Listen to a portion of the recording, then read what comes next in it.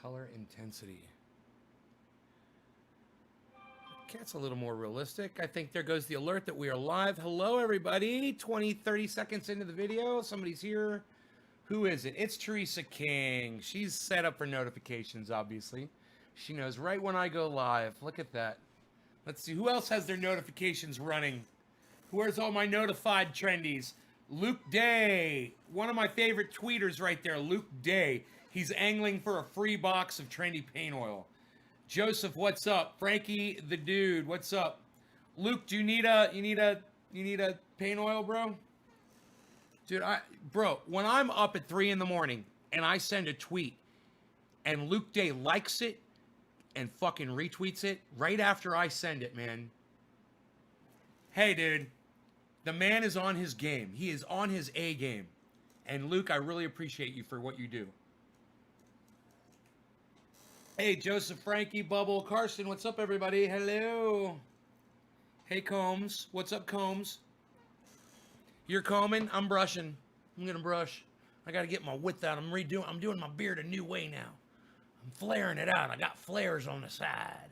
I got flares on the side of my beard. There we go. Look at that. Now get a little underbrush going there. Just to kind of tease it out a little. Whoa, look at that. Like an explosion of excitement. Carson, nay, A, Phil, A, Steve, A, Frankie, I may need for my knee. I tore my meniscus. Yeah, that sounds pretty fucking painful. David, what's up? Frankie, too bad I don't see you on my Twitter feed, buddy. You should be on my Twitter retweeting me like crazy. Retweeting and putting the likes and commenting and retweeting some more and retweeting some more. Space shuttle didn't take off. Oh, really? Oh, yeah, they said it was tentatively scheduled for what, like a 3:44 launch or something, East Coast. I tuned into it for a second just to see check the status of it. And I was reading some of the statements that people were saying. I couldn't believe all the ball-licking Elon Musk little fuck sticks there were on there. Elon Musk is so awesome. Elon Musk is so amazing. Oh, yeah, Elon. Oh, Elon is so amazingly smart. Oh, Elon. I was like, really? Wow, he's got a lot of fans around the world. A lot of fucking idiots. A lot of morons out there that are Elon Musk fans. You guys are fucking idiots. You don't have Twitter? That's your downfall, Frankie. You should probably consider getting it. Frankie, you should probably consider getting Twitter and retweeting me, man. If you're looking to try to get some of that paint oil. Get on there, start retweeting me, brother. It's twitter.com, if you're wondering. It's really the only thing I pay attention to, is who's retweeting me. That's all I care about now. Who's supporting me? I appreciate that so much. Like Ron Placone, he's supporting me. He's wearing my goddamn shirt on a goddamn 45-minute live stream, and he interviewed Savage Joy from Twitter, who is doing a project with Pat the Burner, who I follow on Twitter. I couldn't be more excited because I have a feeling Pat the Burner is going to be watching that Ron Placone episode, and he's going to see my face all over Ron Placone's chest. Fucking training name. Boom! Smokes like a noob ass bitch. Enoch, what's up? Yo, Enoch, did Iceman get with you on Messenger?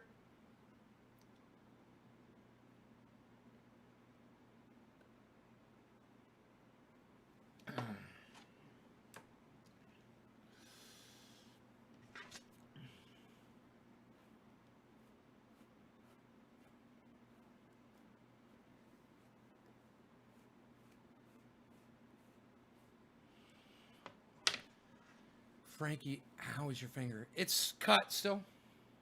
What do you mean, jam?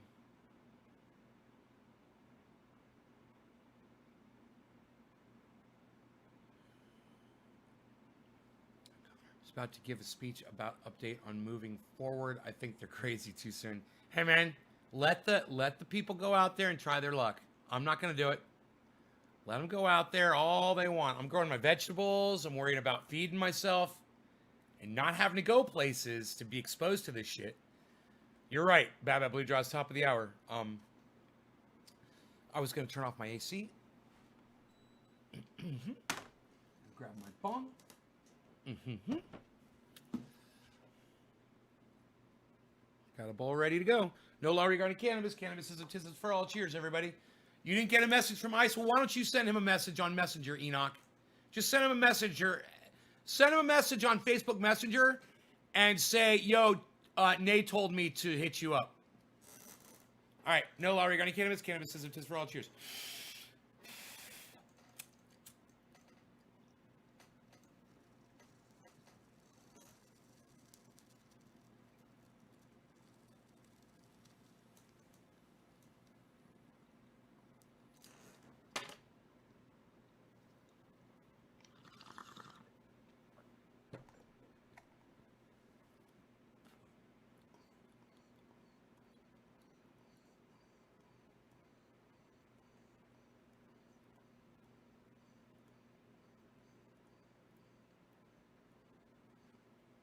What did Sammy say? I missed it. Oh, it's today your birthday? Happy birthday, bro. Is it raining you out? Or did Sammy say something else that I missed?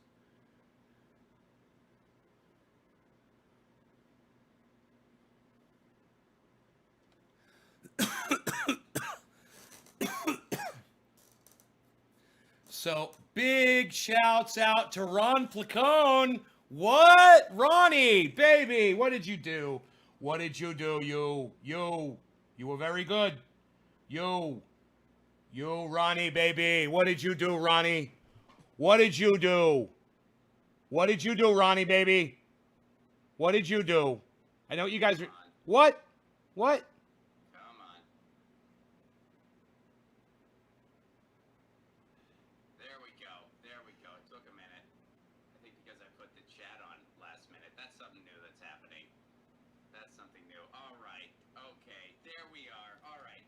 Guys, it took a minute today, and the reason it took a minute today was because I have a new thing where YouTube just disables my chat every stream. They just Blue. Because you know, maybe randomly I decided I don't want to chat today, even though this show has been about going on for 2 years, and every single stream we've had a chat, every single one. But YouTube, He's only been broadcasting for 2 years. Chats. I love that. So now they just randomly disable your live chat, and that happened. He's so new. He wore the trendy gear. What? Today, okay, is going to be the first person that tweets at Ron Placone. First person to tweet that's going to get me the next bowl that I want to smoke a nice. Who's going to do me that flavor?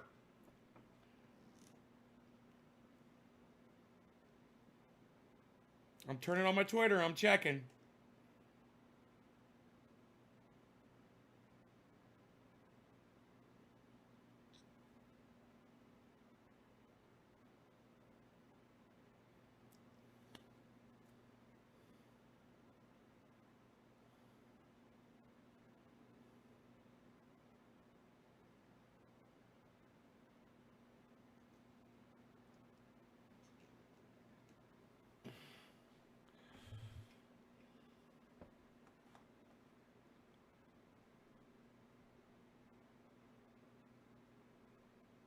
David Honey Sr. David Honey Sr.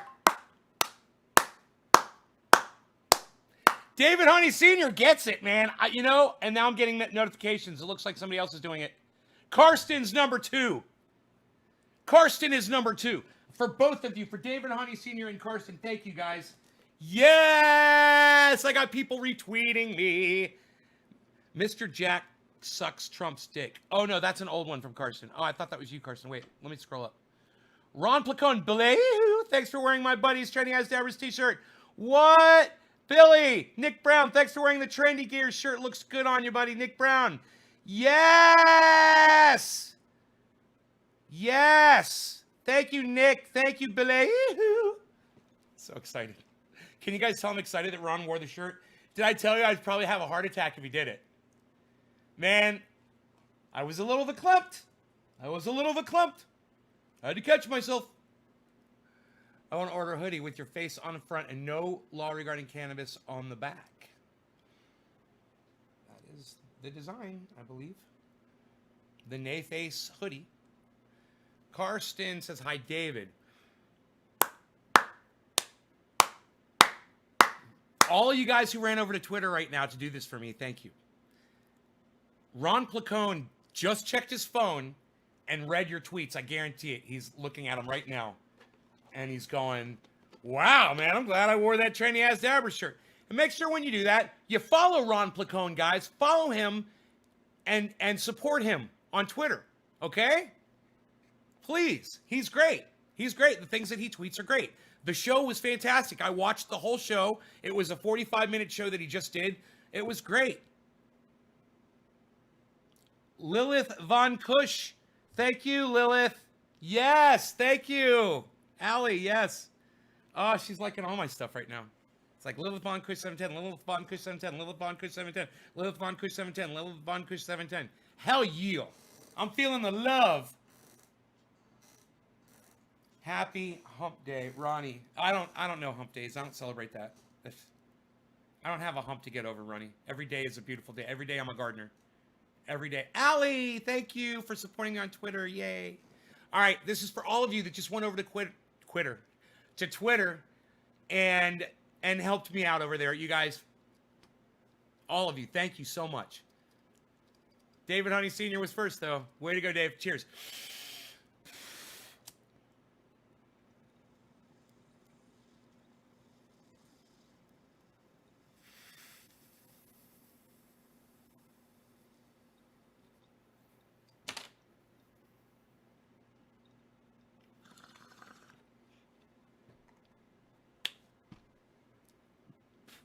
Remember, guys, tomorrow morning,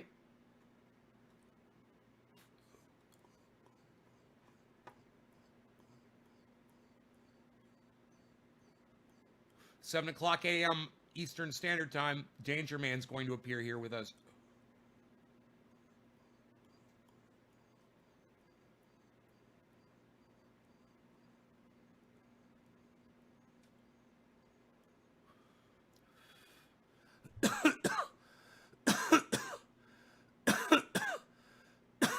Yeah, I don't see anything from Sammy Walnuts on here, buddy. I'm sorry if you're trying to be sideways with me.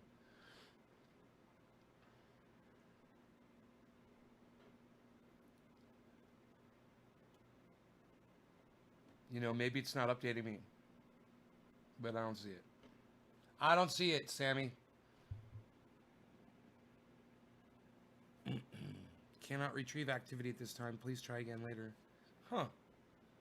My Twitter feed just went down. Nick Brown liked my tweet. Allie liked my tweet. I'm getting notifications like crazy.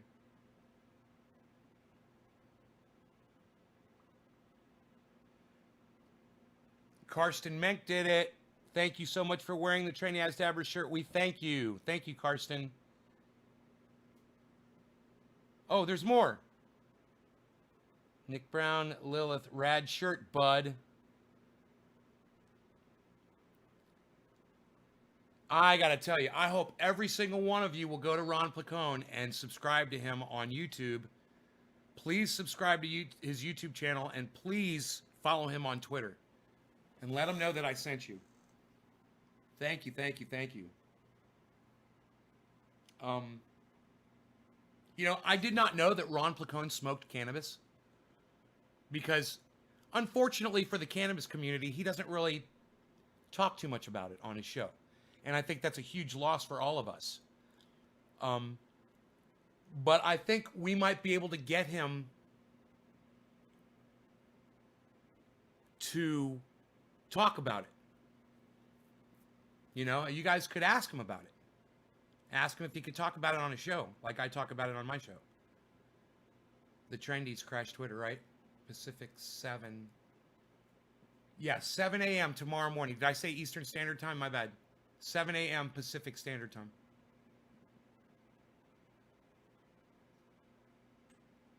Using root farm pH down on the peppers. And the plants woke right the fuck up. Oh, good. How much pH lower did you end up using, man? You poured it in with water in a water solution? Hey, Lobo.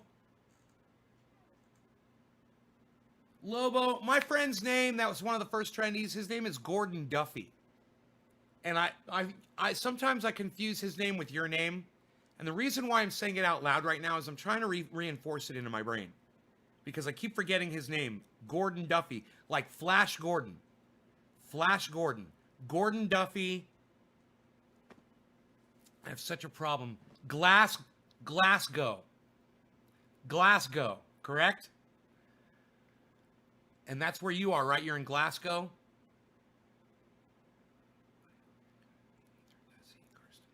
Does he smoke? Yeah, he smokes. Oh, Ron Flacone smokes, man. And it's so cool. I'm sitting here watching him talk while he's wearing my shirt on my Twitter feed. He's literally animated while my phone's sitting in front of me, and he's wearing my shirt. And I just got to tell you, dude, I couldn't be more tickled right now. I couldn't be more honored and more happy. And I could never hide that from you guys. I could never come on here and not tell you about it and act like it didn't happen or whatever. It's a moment. It's like a Danger Man moment. All right, quarter of the hour. Danger Man, tomorrow morning, my time, 7 a.m. Danger Man, tomorrow morning, my time, 7 a.m. on the Pacific side. Please be here tomorrow morning, first thing. If you're on the East Coast, be here at 10 a.m. And do not miss this broadcast. With Danger Man, it is my first interview on the show. And I wanted the first interview to be with Danger Man. And Danger Man has said he'd stay for a half hour. Which is way more than I ever hoped for. And because I just think he's such a cool guy. And he keeps it so real. He keeps it very real. You guys are going to get that with him.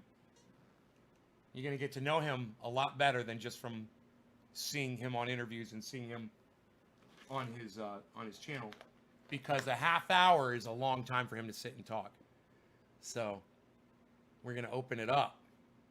We're going to open it up with Danger Man, the urban superhero, 7 a.m. Be here tomorrow morning. I'm smoking to that, guys. I hope you're as excited about it as me. I hope you're going to go over to YouTube. I hope you're going to the same directions for Liquid pH Up Solutions, 1 drop per gallon for 0.2.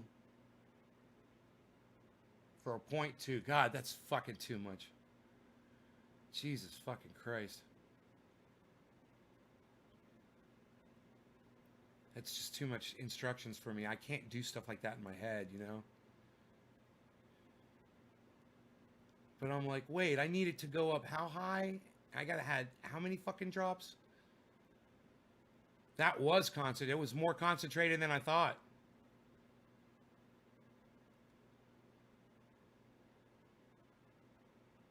If it's just 1 drop for a gallon of water, we'll make that whole gallon of water go up 0.2. That's fucking concentrated, bro. That's some strong shit. Way more concentrated than the powders that I ever used. Dude, I was putting in fucking dumping fucking shit of that fucking powder. Oh my goodness. I should have been using liquids when I was back doing pH adjustment.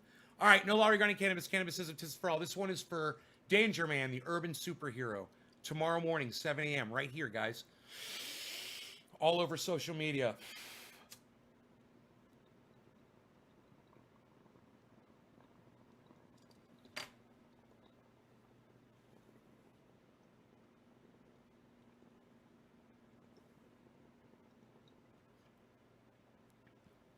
I think that's a Pineapple Express, right?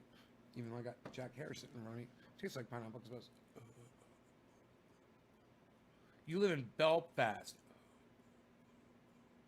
Who lives in Glasgow? Maybe Gordon lives in Glasgow.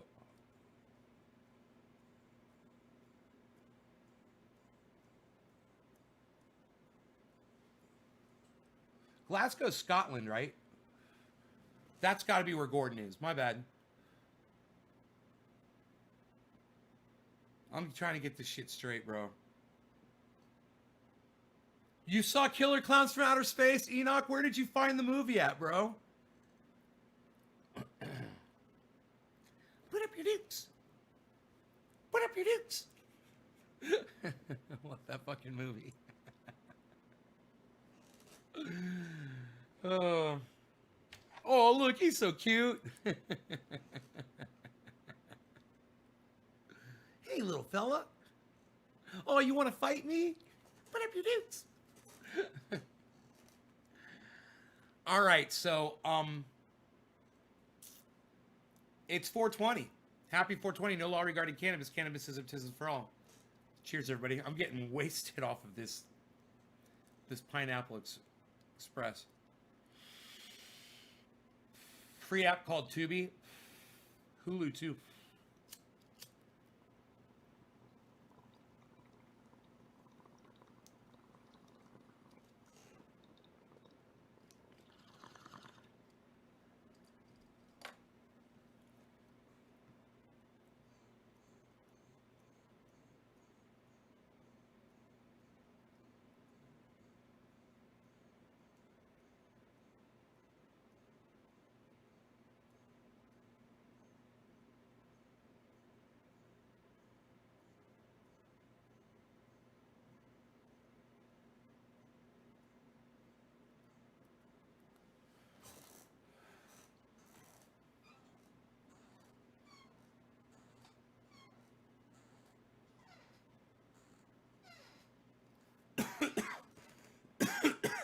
Yeah. Lives to regret it. Dies to regret it.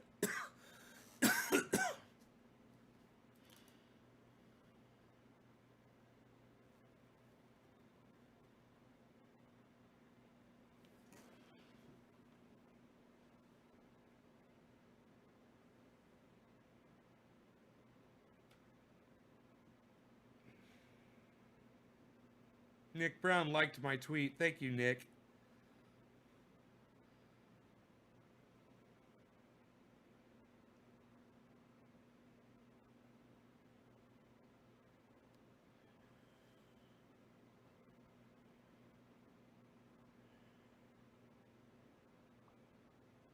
I gotta like all your tweets.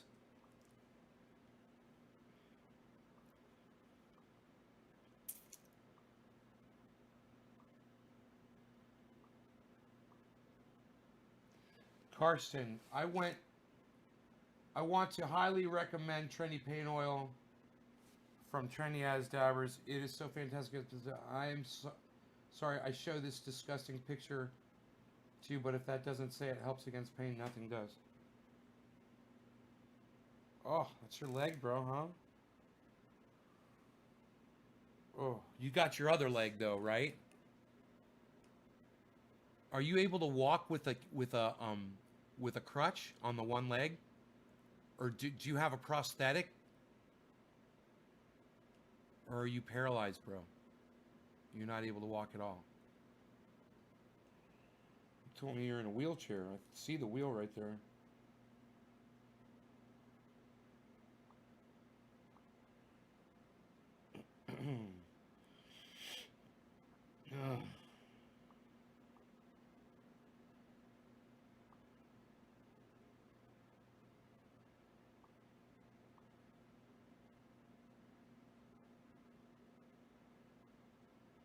Mr. Jack sucks Trump's dick. I love that one, Carson.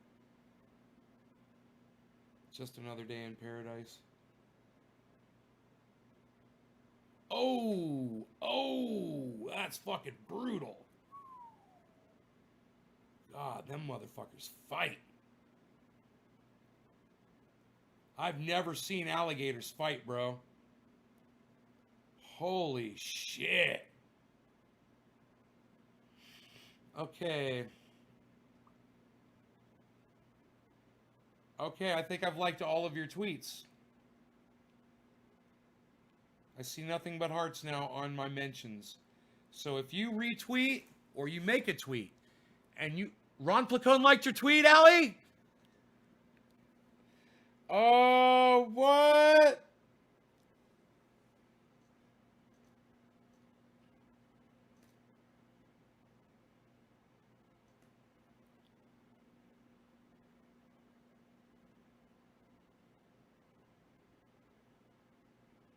scroll up to the top here. Ron Placo, thanks for sending me my size.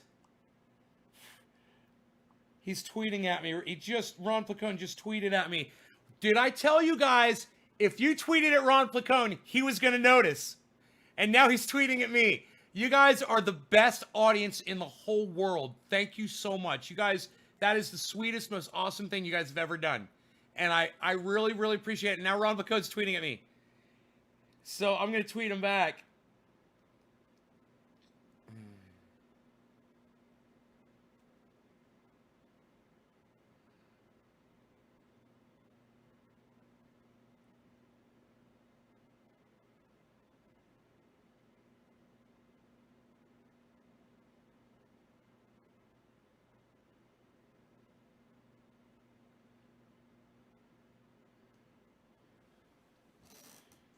I'd love to send all of my merch items to him for free. Just ship him everything and give him some, and then give him, we're in California. He's in California. He smokes. He should be smoking some Jack Hare. That's what I'm thinking.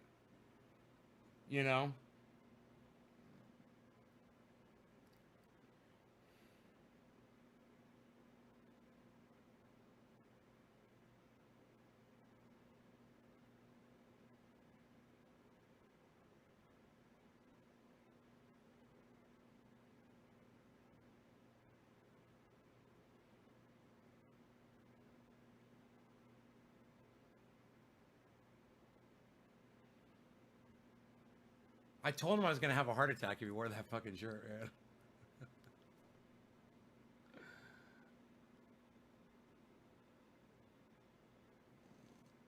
Gift him some Jack Hare. Hell yeah.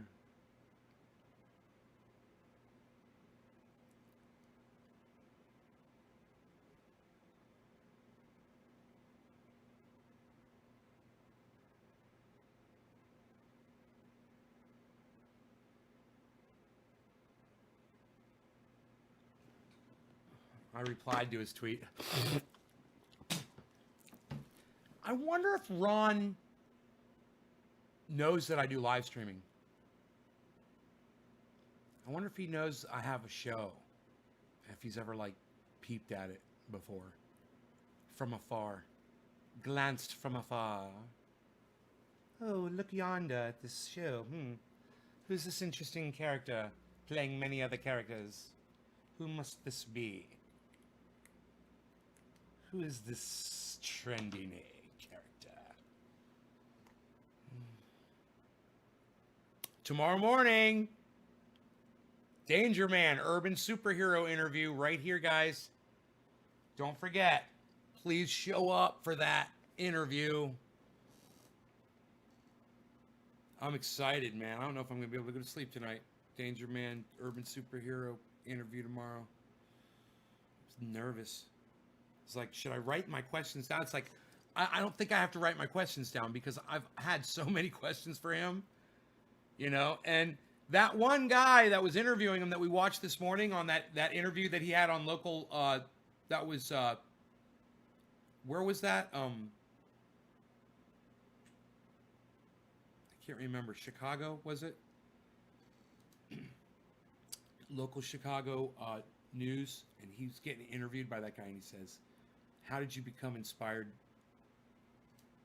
to become, how did you get inspired to become Danger Man? And he tells the story, he tells it so well.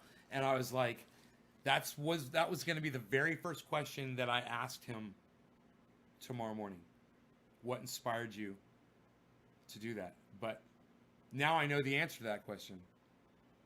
But a lot of people watching tomorrow probably won't. So we're definitely going to go over that.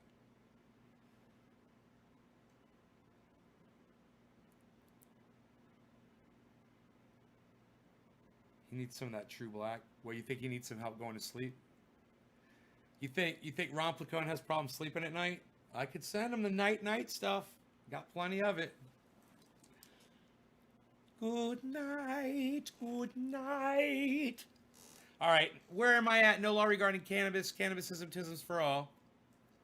I can't believe Ron Placone is walking around his house right now, possibly wearing that shirt. And I would have sent him a hoodie too. I'm almost certain.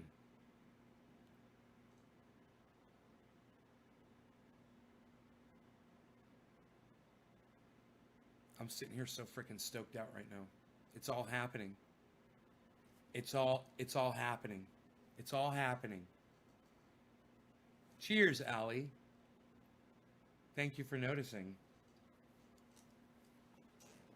I need a little fan blowing on me. All right, cheers.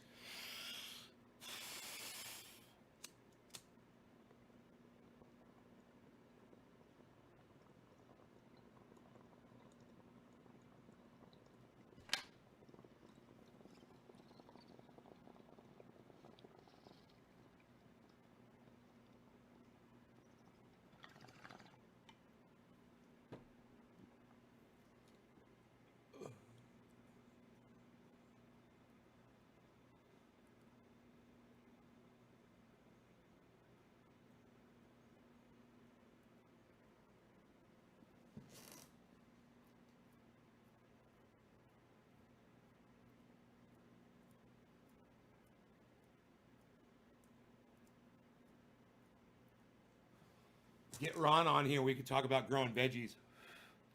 He'd be like, I don't grow vegetables. And I could be like, I want you to learn how. I want to teach you. I want to teach you how to feed yourself, Ron. But I got a grocery store. Yeah, but what if it shuts down and you can't go there anymore? For any reason. And if nothing bad ever happens, then the worst case scenario is you got fresh veggies in your yard, son. I think I make a very good argument there. If I'm wrong, you have fresh veggies. If I'm wrong, you have solar energy. You will never have to pay a power bill again. If I'm wrong, you got your own water. You got your own well. Big deal. Is life so bad when you're self-sustaining? You can still go to the store and buy a Slurpee if they're still open, buddy. You know? You can go get your Milky Way bar and get your can of cat food instead of letting your cat outside to go feed itself. You know, and throwing it scraps. You know, Rogan eats people food. He eats everything that I eat. Everything except chocolate. If I think it's okay to give him, I give him my last bite of every meal that I have. And you know what? He used to sit there and whine and cry at me, and he's very impatient. He would get right up on me when I'm eating and stuff. Now he knows he's going to get that last bite, and if he just goes and sits down and he's quiet, and he doesn't do anything, he gets that last bite. I give him a nice little, like a sand. I say, I always take care of you, don't I, buddy? And then I show it to him, like, look at that. And he puts his paw up, and he puts it on my leg, high fives me, boom. Give him that bite. Oh, he loves it. Last night, it was, he loved it so much. I can't remember. What was it that I ate last night? I'm assuming the last bite from a veal, chopped ground veal hamburger, I think, that he got. I picked 2 tomatoes off of my plant this morning. I picked a couple more and I ate those, but these weren't ready yet. There's a couple more, guys, just so you can see. I also ate a pole bean, a beautiful big pole bean, size of my hand, off of one of my plants this morning too. Now, the thing about the zucchini down there in pot number 6, it's not getting any bigger. I'm thinking I should just cut it off and eat it. But the zucchini in pot number 2 is getting bigger. So I have a feeling if I just cut that off and trim the leaves on that zucchini and let the new zucchinis that are on the end start growing, they're going to get bigger. And this other one is going to be my big producing plant, I believe, not pot number 6. And then I got all these other zucchini plants that are popping up everywhere from the I should just call it zucchini compost, but I have tomatoes coming out everywhere. I've got cannabis coming out of 2 different pots naturally. Potatoes came out naturally just from grinding it up and throwing it in there. hitting it with a shovel, really. So I got these 2 tomatoes, man. They're still a little green in them. So I figure you wait until the green goes away, and then you pop them. You see that little bit of green on there? You're supposed to pick tomatoes when they're 75% ripe. You don't really want to let them ripen on the vine.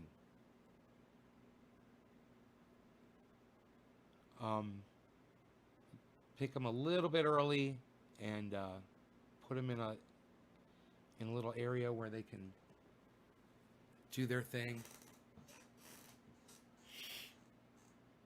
Teresa, asparagus take 2 years to grow and first time ever trying it. Asparagus? Oh, that's good. Negativities. I wouldn't pay much attention to negativity. And asparagus, we have chilies, basils, and peppers growing. I wrote it down on a notepad.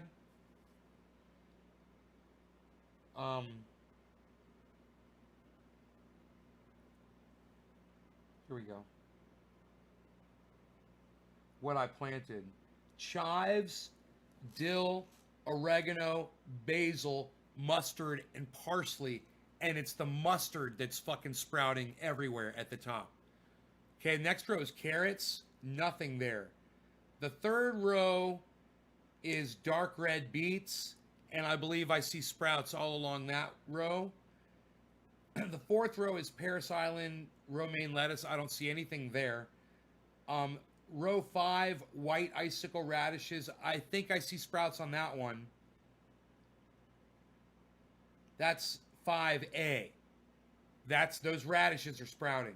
The next row next to that is 5B, broccoli. That's not sprouting. And then burpless cucumber. I don't see any of those yet either. And then I put in the freaking eggplants. Row 7. I forgot. I got to put that in here.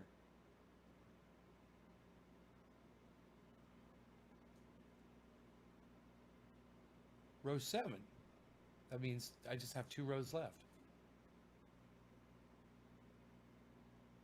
Eggplant. There we go.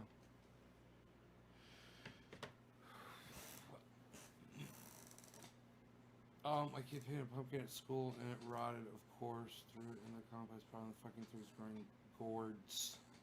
What's a gourd? I don't know what a gourd is. But I've got my zucchinis, which are very similar to pumpkins. They basically look like pumpkins, right? But they're just elongated pumpkins, really, when you look at them.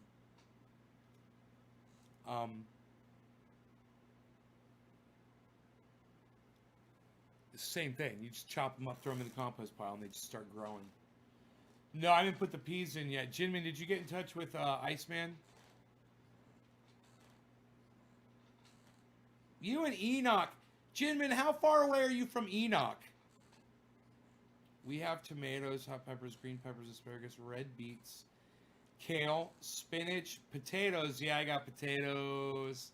I'm so excited about my potatoes. Zucchini and cucumbers planted.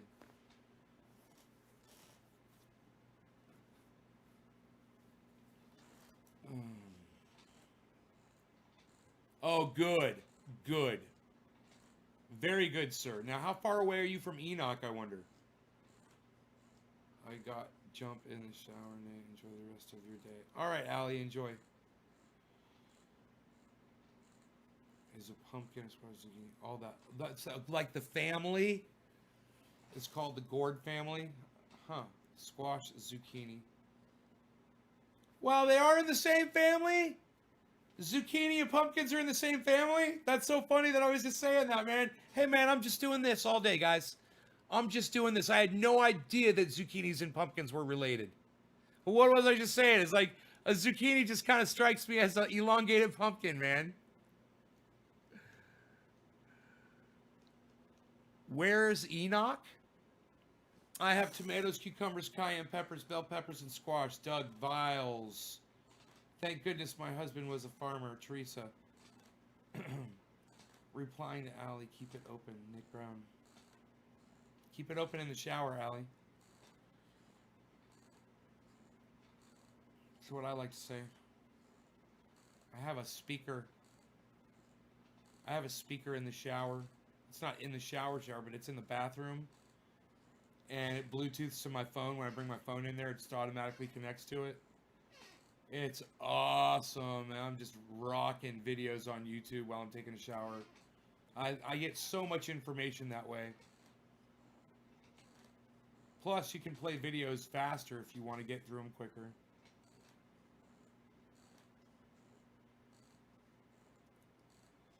Uh-oh, what's going on with Kellyanne Conway? She's trending. What's going on, Kellyanne? Did Kellyanne Conway just compare our constitutional right to vote with buying cupcakes? What? Yeah, a cupcake for an hour to get a cupcake. People are very proud to show up and go to the polls. They really are. I mean, they wait in line for a Georgetown cupcake for an hour to get a cupcake. So I think they can probably wait in line to do something as consequential and critical and constitutionally significant as cast their ballot. Huh. Listen to that again. People are very proud to show up and go to the polls. People are very proud to show up and go to the polls. People are very proud to show up and go to the polls. People are very proud to show up and go to the polls. People are very proud to show up and go to the polls. They really are. I mean, they wait in line for a Georgetown cupcake for an hour to get a cupcake. So I think they can probably wait in line to do something as consequential and critical and constitutionally significant as cast their ballot. People. Right on, Allie. Thank you. I hope you do listen in the shower. That's great. Spouting some bullshit lies as usual. Yeah. Kellyanne Conway looks good when she's blurry, though. I'll give her that. She looks good in low bandwidth. Smooths her out. Oh, the rough lines. The jowls.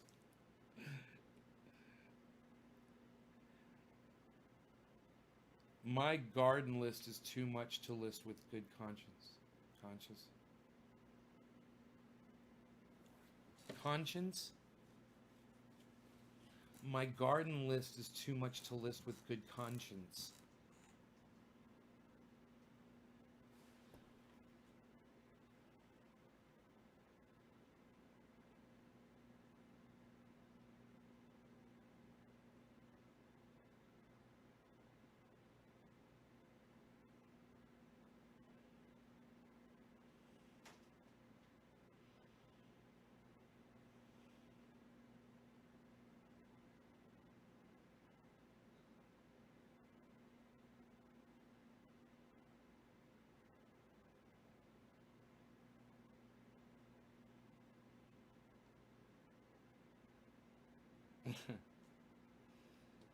Why am I on Kellyanne Conway's fucking Twitter feed? Oh my god, take me away from that.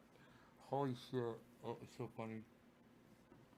Ron Placone liked to tweet you were mentioned. And at Ron Placone, did you know at Trendyasdabbers has a live show 3 times daily? He talks about you a lot on his show. I learned about you from at Nay Trendy. Love both you guys' shows. Keep up the great work. Ron Placone liked it. Ron told me I could send him anything, anytime. Anything, anytime. I love it. I love it. I love it. I'm going to be hooking Ron up. Nick Brown. Nick Brown. Thank you so much for tweeting at Ron Placone, and he liked your tweet. Bro,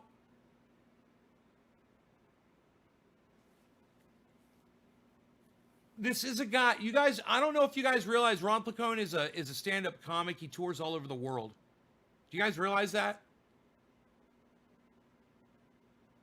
He tours all around with the world with Graham Elwood, and he goes around on his own, aside from the fact that he does his own thing and that he's on the Jimmy Dore Show.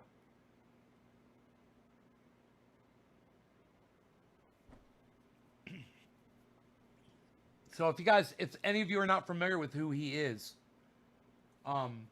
please follow him on YouTube. Please follow him on Twitter. Nick, I can't believe he liked your tweet, bro. Thank you so much for that. Man, I'm just sitting here like, oh, he liked your tweet. He told me I could send him anything, anytime, man. I'm going to send him some Pineapple Express too, man. Oh, man. He's just going to be like, brrr.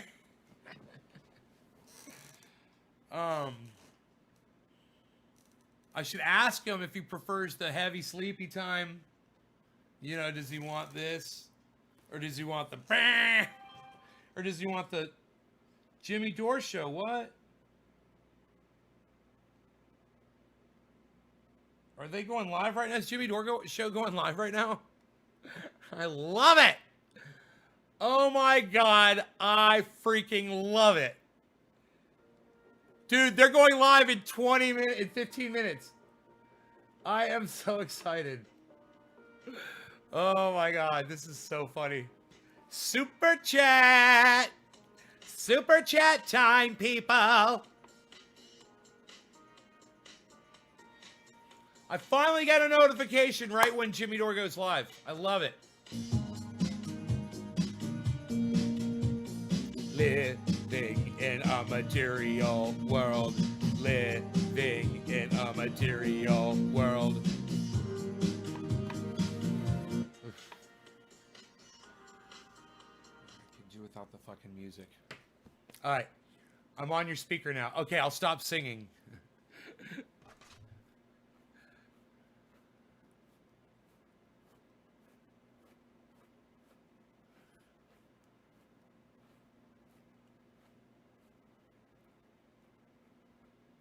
This, a little bit of that, a little bit of this, a little bit of that direction there. Hope y'all can do a live together. What, me and Ron Placone? Oh, yeah, bro. I would love to be sitting like Joy got to sit and talk to him for 45 minutes just now on his live stream. Oh, my God. Forget it. I don't think about that. I don't strive for that. But whoa, Steve Running just said Trendyasdabbers on Jimmy Dore. I'm putting up a super chat.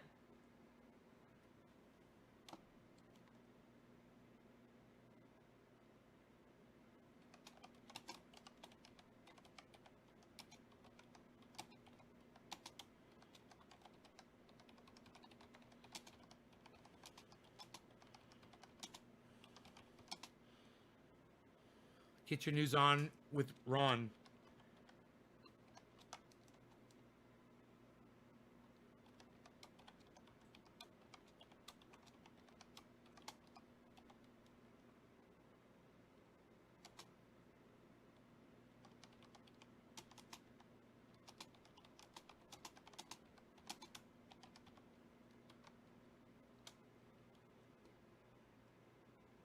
Okay.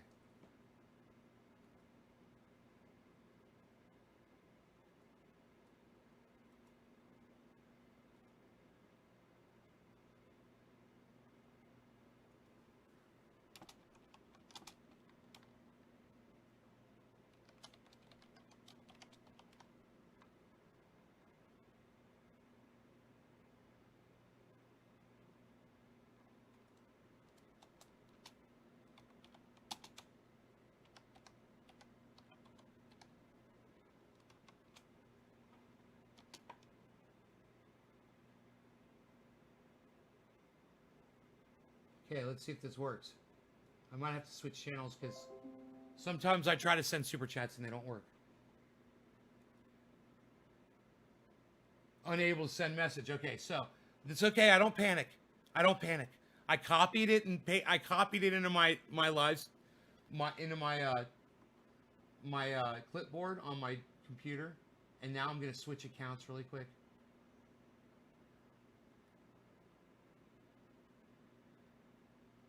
I'm going to switch to an account that'll let me do this.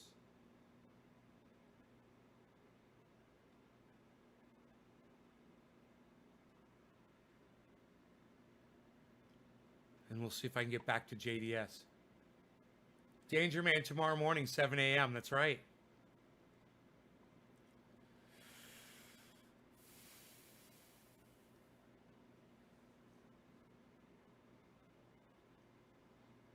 Okay.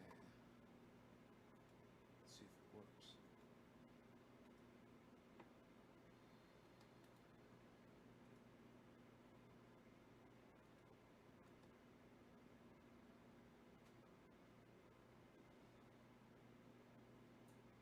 The super chat is going through. I'm so excited. I might be the first super chat.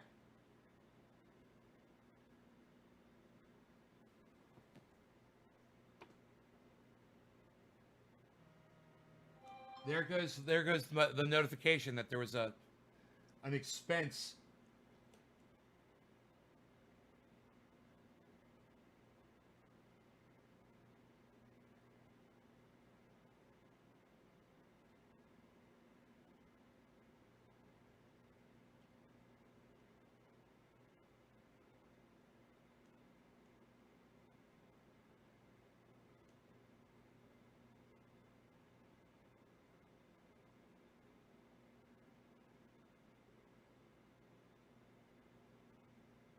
Slow mode is on. There it is. Hey, it's 4:20 in Newfoundland, everybody. It's time to smoke. I'm so excited. I'm going to be putting a care package together for Ron Flacone. I just can't wait. He says, you can send me anything you want. I think I will do that.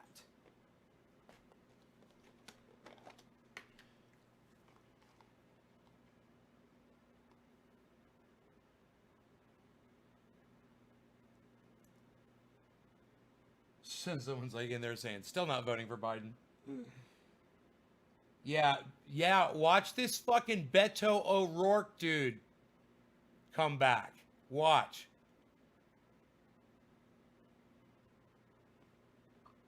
I don't see why anybody that dropped out of the presidential race can't get back in it either.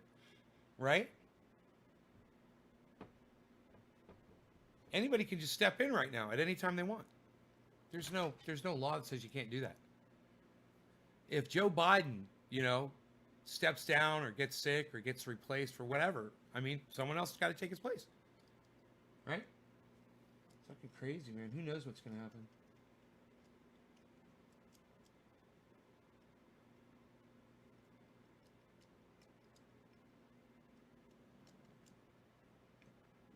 All right, 4:20, guys. Cheers.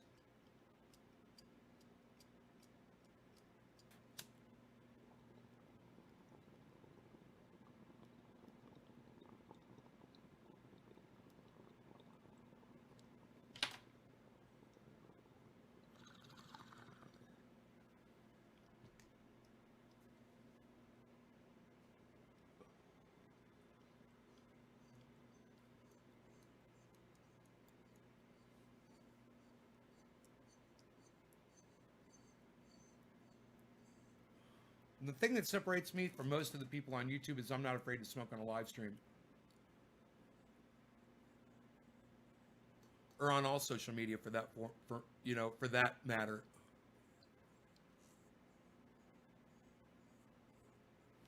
Twitter.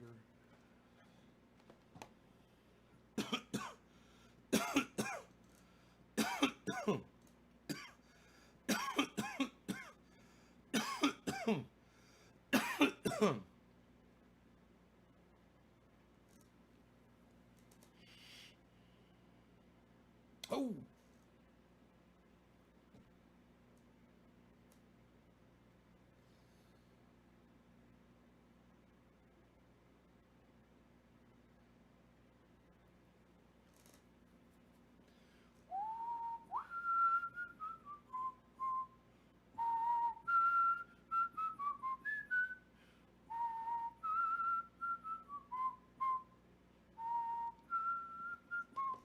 Living in a material world.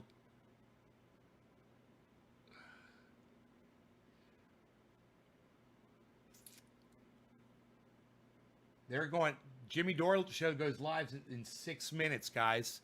It's fucking. It's almost like they timed their show to go live when they knew my show was going to be ending. Fucking love it.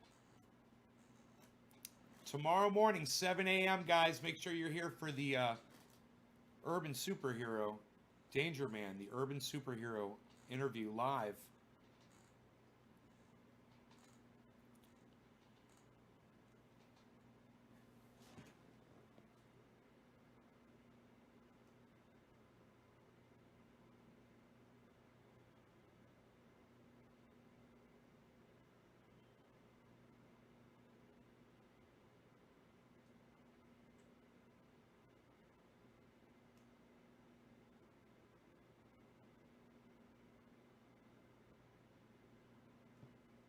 I'm sad that Jimmy Dore has that slow chat on. I am sad about that. I mean, I know it's hard to read chat when it's speeding by, but I always just click on it, and if I see something I want to read, you know, that I wasn't able to see, to slow it down, you know, to stop it and then go back to live chat. But it sucks because if you say something in there, then you have to wait 5 minutes before you can say something else, and a lot goes on in 5 minutes, and you want to comment on something in particular, and it's like irrelevant by the time you're allowed to chat again, and you're just like, fuck it, you know? You even forget what you're gonna fucking say, or what you were even gonna say, or what it was you were gonna talk about, what it was you're gonna say, or what it was you're gonna say. Did I just say that? Oh my god, I forgot what I was gonna say while I was saying it. Oh, they're going live. It's a Joe Biden commercial. What the fuck? Joe Biden is fucking wrong, dude. See, I want to turn on ad blocker. I don't think I have it. I think I uninstalled it or something because I don't see it. Fucking stupid. 4 minutes till Jimmy Dore goes live. Good. I'm looking forward to the interview as well, man. He's really cool. If you guys have any questions, start thinking about what they are. And feel free to tweet them at me and at Danger Man, the Urban Superhero, on Twitter. And then we'll read them out loud tomorrow on the show. How about that? What's up? I can barely walk and have no insurance at Trendyasdabbers. Hook a brother up. What's up?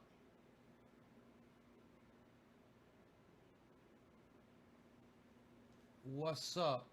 I wonder who that is.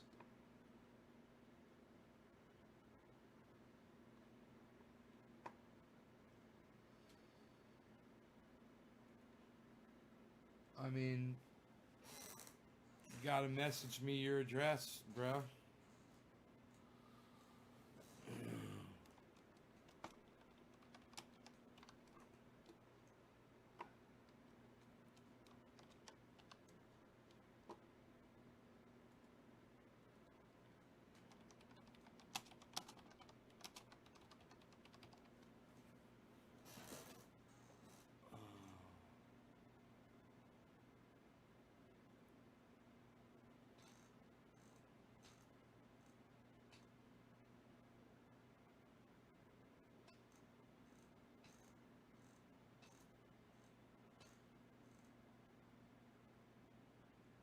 Alex says, I'll be back in 30 minutes for the start of the show.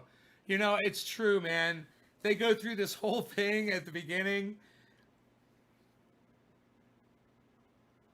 Like they show that picture that I sent them that they never gave me credit for. The picture of the garages.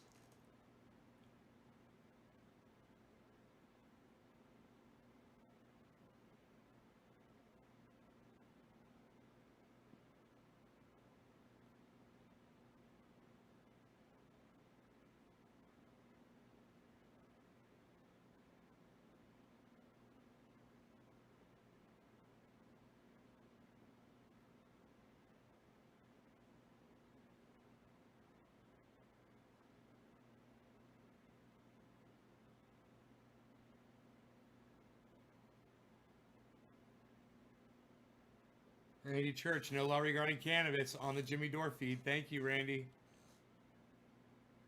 What does Iceman prefer? He's probably going to say indica, but you just ask him. Why don't you message him, bro, and ask him? It's only 6 p.m. over there in... I don't know where the fuck he is right now, though.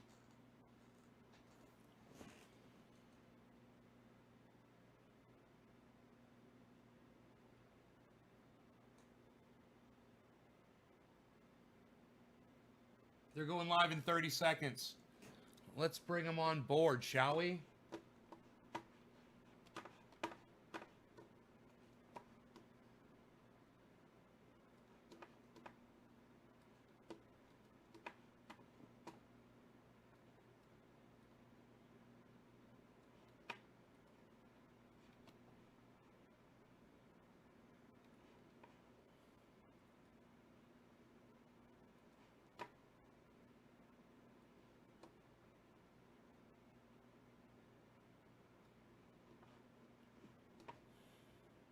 Now it just says we'll be back momentarily.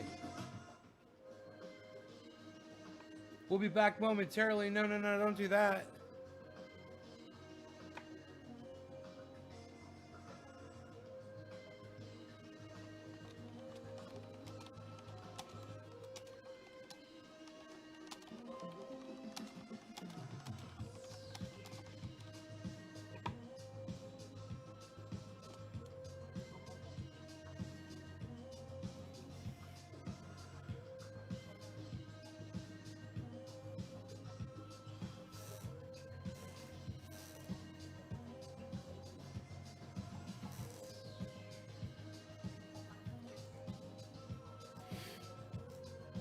Man, I don't like to have a countdown and they don't go live when their countdown's up. Top of the hour, cannabis isn't tis for all. Thanks, Bad Blue Draws. Cheers, everybody.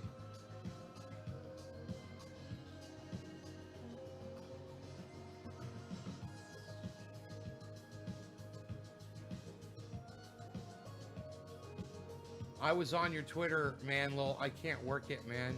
Twitter's easy. It's just a couple of button clicks, bro. It's Trendyasdabbers at Twitter. Maybe you're on the wrong one. Oh, 100 rubles. I think that is, right? Rubles. No law regarding cannabis. Cannabis isn't for all. Top of the hour. Cheers, everybody. Similar to SpaceX launch today. Jeffy. Thanks for tuning in. We appreciate your support, Jimmy Dore Show.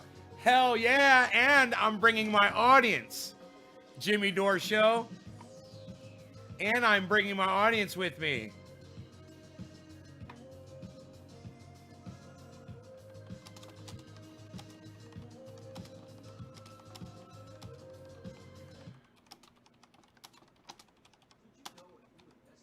Another commercial.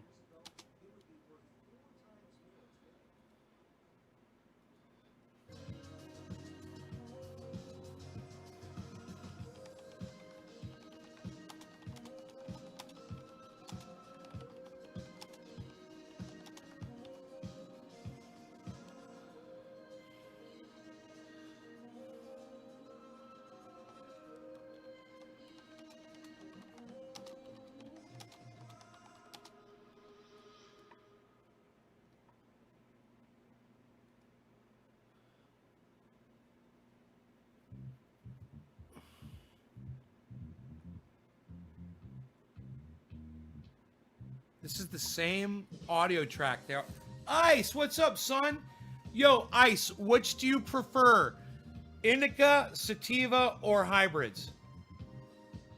Iceman. I'm asking you, Iceman. Yo, Iceman. Yo, Iceman. Yo, Iceman. What do you prefer?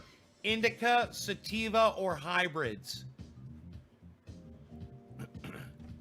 Did I smoke yet? I don't think so. No law regarding cannabis. Cannabis is... Yeah, I guess I did, didn't I?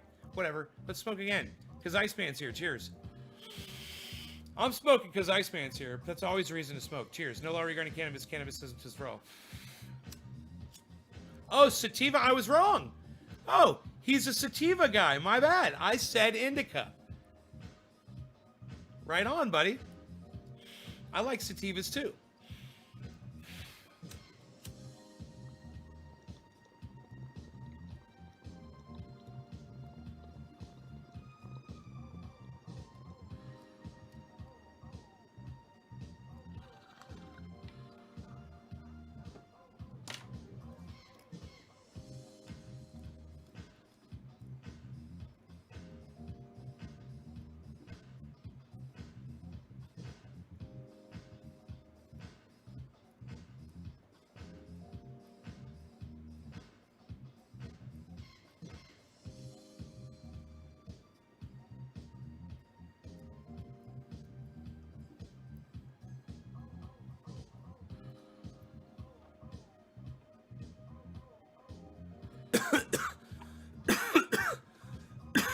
Congratulations on implementing a socialist alternative to capitalist syndication of a broadcast. You are a gift to community.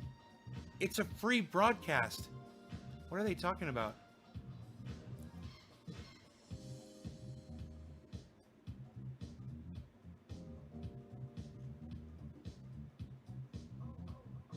Congratulations on implementing a socialist alternative.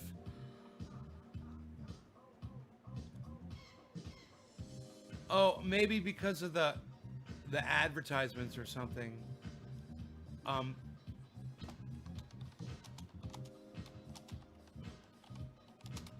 I said thank you, I think. To who is that? Who said that? Army of All.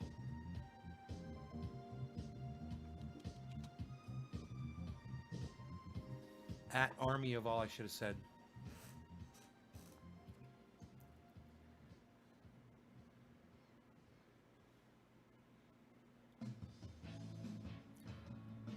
Oh, they got slow mode on, but it's not on super slow mode. It's not 5 minutes. It's right now it looks like it's it's maybe a 20-second delay, which is good.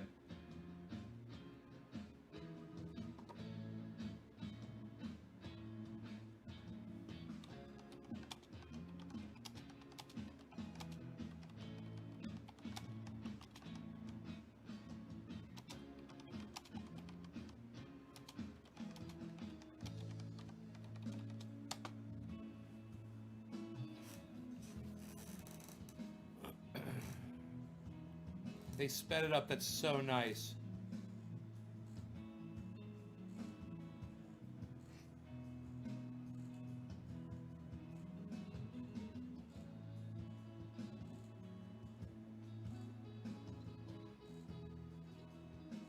Dude, why isn't he going live? This is a horrible thing to do to an audience, man.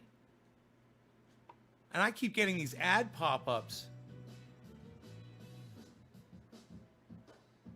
Dude, that's bullshit.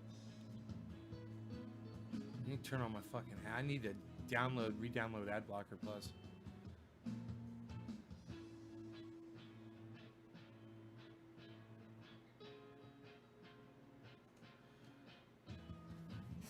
He does it every time, Kid Blair.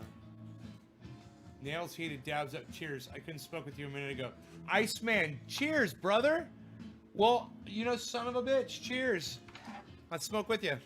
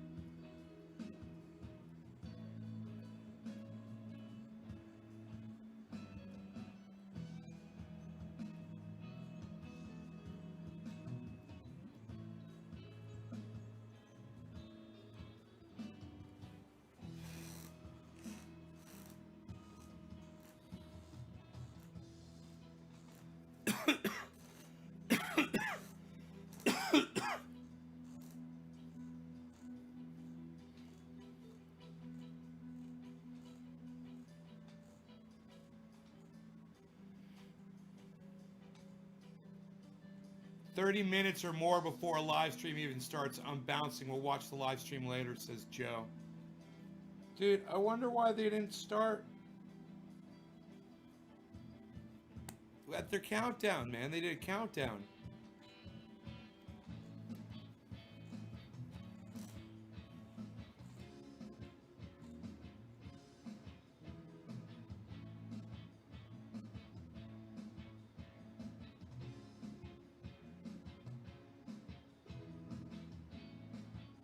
Dude, I've got a goddamn pause screen on broadcasting a pause screen on 19 of my channels right now because I want to be there right when they go live.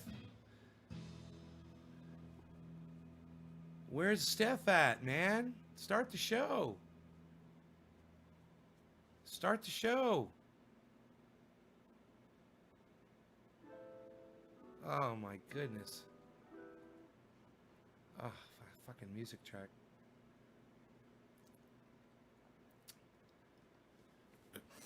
Start the show. Start the show.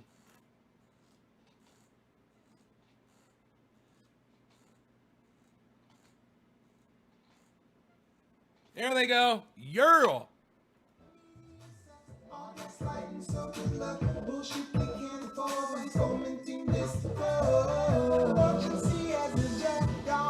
I knew if I kept saying it, it would start.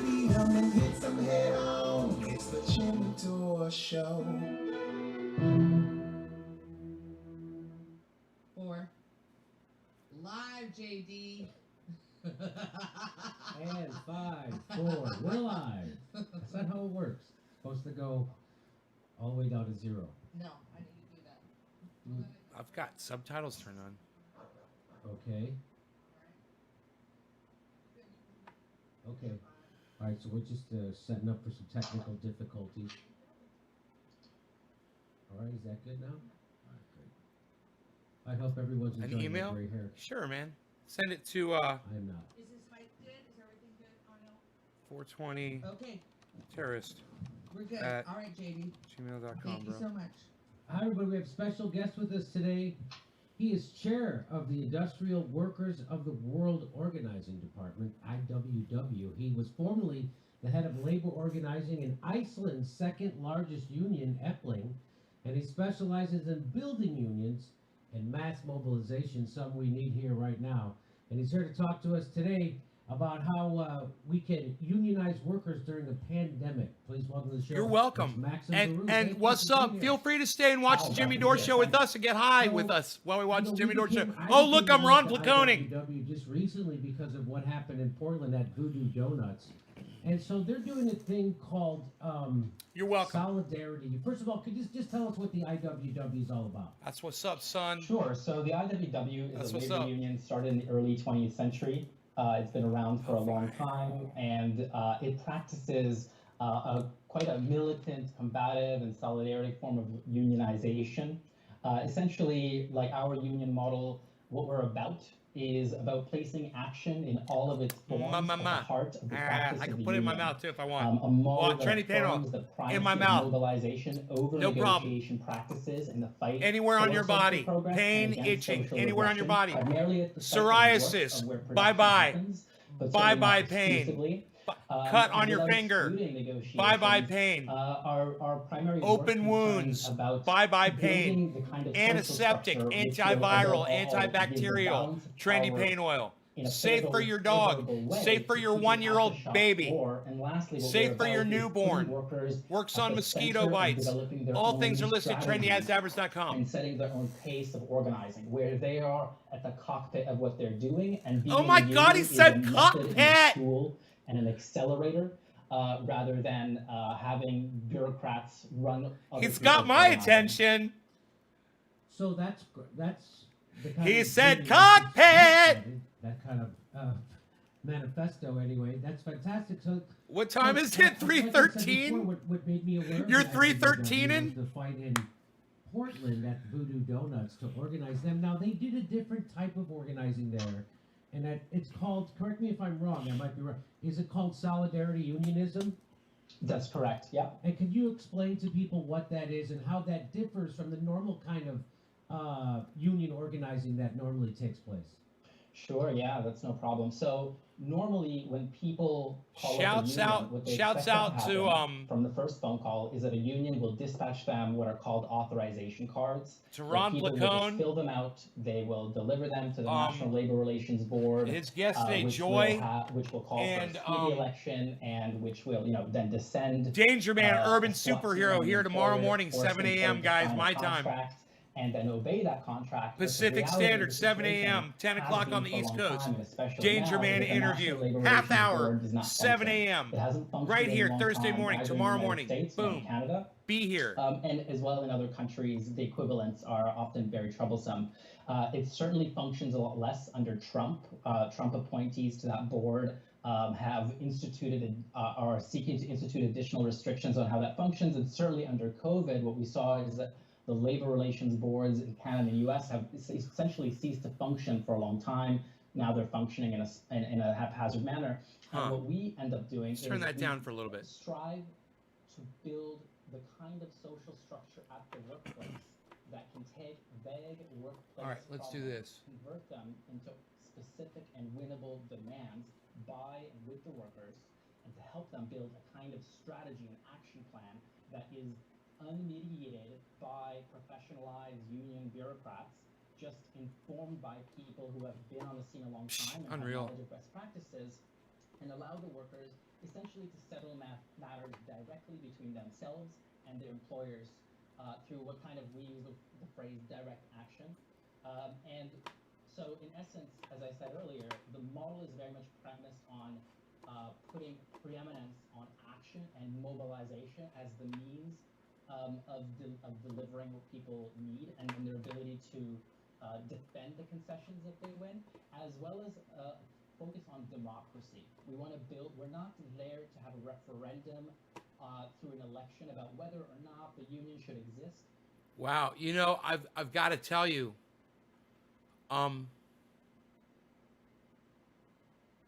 the whole strike thing,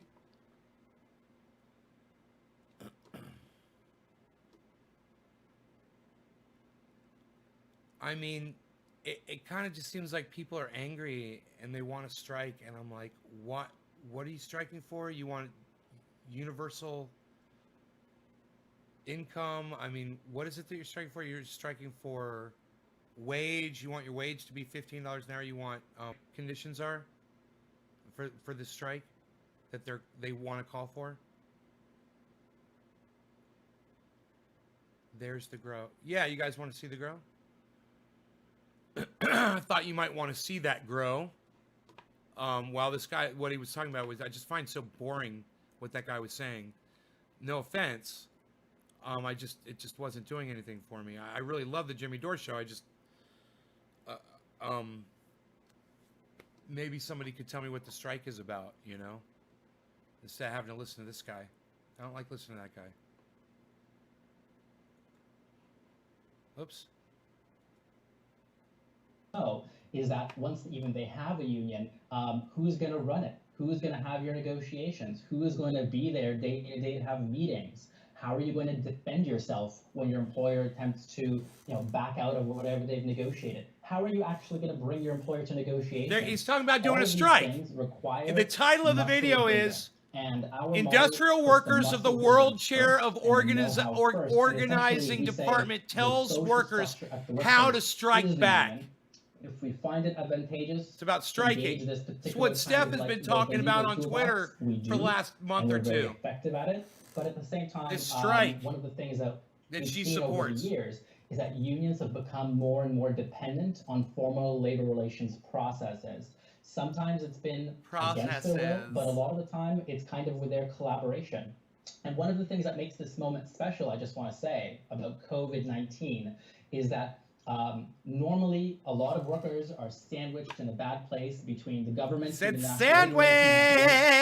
gigantic establishment unions. Gigantic! Collecting dues, or more focused on, they see themselves as a kind of social partner to the business community.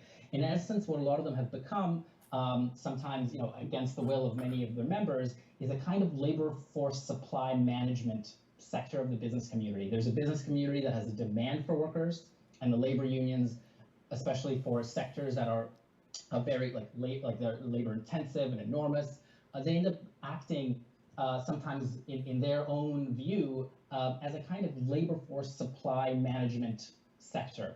And in so doing, they kind of want to use these processes that are very slow, essentially like gig work. Ice cream cake, that sounds good, Capsters. The economy have made the labor relations processes that they depend on ineffective for people. And what we are doing is returning to unionism 1.0. The Coca-Cola. I actually use the cannabis where you can see it on my show. Hey, it's 420. I'm Ron Placone in here. It's 420, guys. Time to smoke. No law regarding So cannabis. instead of Cannabis that isn't normal business way for of all. going about it, Cheers. where you fill out the card and you get recognized, and then somebody from the union comes down to talk to you, and he's going to do your negotiation, and you have the difference in what IWW encourages is this thing called solidarity unionism, which is the workers themselves just immediately making demands and not waiting for that process to unroll, which can take sometimes years, correct, to actually start a proper union through the National Labor That's Relations correct. Board. So when you have a problem like they had at Portland with the Voodoo Donuts, they had lots of problems. One of them was security. There was no security guard there, and it was in a tough neighborhood, a crime-ridden neighborhood, and they wanted a security guard. So they just went on strike until and said, hey, we want a security guard, or we're not coming to work. So they didn't wait and fill out a card and have an election and then call the guy down at the union head at the local and then come down and then they had a meeting set. They just made demands immediately, and that's much more. And by taking direct action, you mean like work stoppages, going on strike, picketing, things like that. And that's what solidarity unionism. It's meaning you just create a union immediately at your workplace, and the workers are the union, and you don't wait for an outside body to sanction you. You just start immediately Right. negotiating with your employer. That's what you mean by that? So largely yes, but there are some caveats. What a lot of people see as spontaneous is actually just the tip of the iceberg. It is a performance after you've been practicing, you've been rehearsing the play for many months or even a year or multiple years. When we start organizing the workplace, just like other unions, there's not a secret to any of this kind of a thing. We begin to build that social structure, and that happens very gradually. We begin to understand how the workplace functions. We begin to understand the relationships between people, and there absolutely is still a role for a sense of organization.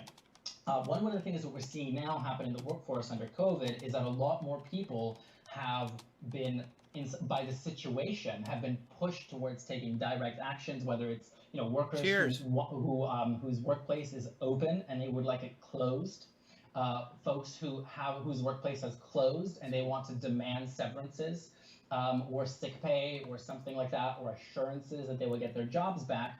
But nevertheless, and this is something that is obviously it's extremely inspiring to see it happening on such a mass scale, not only here but internationally.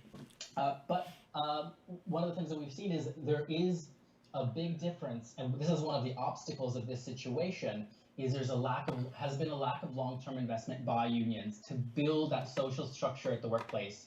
We want to be building in a way that puts workers first, and we want to put it in a way that builds primacy of action first, but it does take work. It takes time and it takes money. And I would say that our model of unionizing is extremely labor intensive, and largely a lot of unions have not been investing in making the time to do that. And what's happened between government intervention and between the unions as they are, the bank of ideas in people's minds about what they could and should do is not very rich. Right. So what what we do is we build that social structure, and then it can take action. But of course, it's not mediated by some professional who's going to come to your workplace and tell you you can't do this, you can't do that. So the chat is hilarious. People are like, so far I've learned nothing from this guy. Someone else is like, this soy boy inspires no confidence. Collective consequences, and so the decision has got to be taken collectively. It's funny. And this is another very important element of what we're doing. We are trying to revive people's sense of class affinity and class association and collective responsibility, collective action and collective responsibility as a kind of working class. And we're trying to overcome this lack of investment from the labor movement, partly which has resulted essentially, like I said, the bank of ideas of people's heads is not very rich because there hasn't been that investment, and the onslaught of propaganda by employers, which has been coming apart at the seams now, but that has up until now essentially meant that the employer's brain is under the worker's hairnet, always influencing people to think of their employer as their friend or a family member, except one that just so happens that their good graces go out the window anytime their profits are at risk. So the percentage of workers have declined. They continue to decline of the workers who are part of a union in America. from 1983 to 2018, the percentage of union workers went from 20% to This guy 10% says above US boring. Do you think the pandemic will wake up the consciousness of the essential workers to take more control? I mean, do you think there's going to be a renaissance of solidarity, or do you think it's going to be a continued division as we head? What's with the long sleeve shirt, pal? Nobody wears those anymore. Right. Psh, So I think unreal. there's a couple of things to unpack there. I do think that ever since some of these quite draconian regulations have been put on workers, where essentially for many people, in order to have the right to strike and in order to have the right to engage in union action in the way that we value, you essentially have to be part of a union that is certified, and essentially that union has to have a license to kind of enable you to access your basic rights. So to compare it to France, for example, in France, the right to strike is the individual's right to engage in a collective manifestation of some kind of collective action. But in North America, it's My show's better. these institutions, which are like quite strangled by some of these laws, that they themselves Hell yeah. were quite happy to put the noose over their own heads. So in some ways, part of the problem has been that the unions have accepted and collaborated to create this situation that is happening. And I think there is a shift in the winds of the leadership of a variety of unions that, and there's a certain the pact between the business community, the government, and unions has changed that dynamic in a way that's in some ways positive. But it remains to be seen what's going to happen. Right now, I do think that, actually, in fact, I think there has been a revival of interest in unionism for a few years now, and that's been very positive, especially in 2019, before even COVID hit. I could tell that there was a spring in the step of the labor movement, and I was talking to people who have been in the labor movement longer than I have, and they were themselves telling me that something is in the air, something special is happening. To some degree, that was generated by large amounts of money and advertising put in by larger unions, but to some degree, it's the usual kinds of propaganda and market conditions have been deteriorating, and it's opening people's minds up to what is possible. I think a lot of it is going to depend on resources. There's a lot of people who have resources and a lot of people who have no resources. And it's going to depend on how they kind of interact. It's entirely possible that there'll be a new pact between the business community and unions saying, for example, we'll come up with a new bargain where we're going to be quote unquote social partners. We will grant you more membership in exchange for you behaving yourselves in this way or that way. Ultimately, while it may raise some conditions, it would ultimately be very unhealthy for the labor movement in the long term. But I think there is a huge opportunity now, that opportunity in the areas where people are ununionized, and there's in essence right now, perhaps as a result of COVID, a kind of vacuum of authority. The National Labor Relations Board in the United States, running. have kind of skipped a beat, and it's functioning in a haphazard way. In Canada, the labor relations boards have become dysfunctional in Quebec, for example. I think Jimmy's getting a little aggravated. The government just went He's ahead about and to cut him off. collective agreements covering education and healthcare, and that is putting people in a spot where they are more open-minded, and the caretakers are absent. And this is a huge opportunity for people to think openly about what they could do and to take matters into their own hands. But I stress the importance of organization and drawing on that collective experience that we have, so that people, they don't need to do the stupid thing somebody already did and failed. They can learn from those mistakes before they execute them. And so, what do you think would be the key? I mean, this pandemic has just, laid. It has shown all the power that the workers have, right? I mean, just the grocery store workers, if they could actually come together, that's another thing I want to ask you about. So, in Texas, Walmart, the meat packers in Walmart unionized, and so Walmart's answer to that was they don't sell meat there, and that was a big message to the rest of the workers at Walmart. Don't try doing this; we'll just get rid of your jobs altogether. Right. So one of the things the IWW does, and correct me if I'm wrong, is that they don't like specialized. How do you spell futon? Like if you work for a futon. How do you spell futon? Right. So it's That's not right, you yeah, wouldn't, we- you wouldn't exactly. be you wouldn't be clerks in one union and meat packers in another and fish people in another. It would be everybody Okay, in the Google. same union, right? And tell us How the do you spell advantages of that. futon? Right. So essentially, the heart of our model is kind of what I refer to as a workplace committee. Now, the workplace committee in a large organization may very well include people, for example, if we're talking about a hotel, right? Housekeeping often has sometimes their own issues or their own culture, and then there's people who work in like the food service area of a large hotel. There may be people who work in maintenance of a large hotel. They may form kind of like, in essence, committees that they can discuss their own So it issues, said soy and kills. put them on the agenda. But essentially, we want them to form together into a workplace committee that It's covers so funny. that particular branch of the company, that ultimately covers as well in the industry. We refer to it as industrial organizing.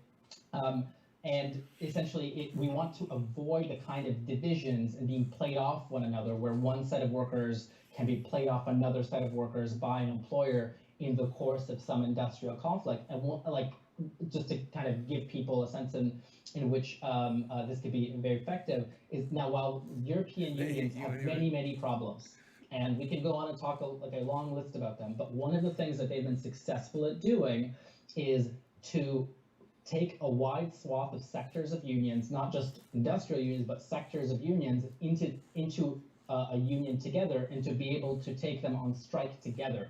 This is one of the major obstacles in the United States, is that a sympathy strike is illegal.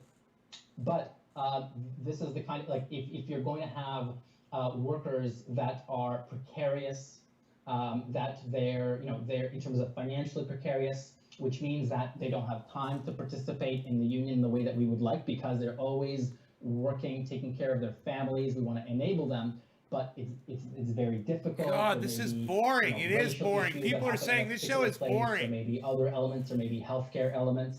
We want to take workers of a diversity of roles and functions in a particular society. We want to combine them so that they can go on strike for and with each other. If you want cafe workers to win, of course they can win on an individual cafe, and we have a very good track record of doing that.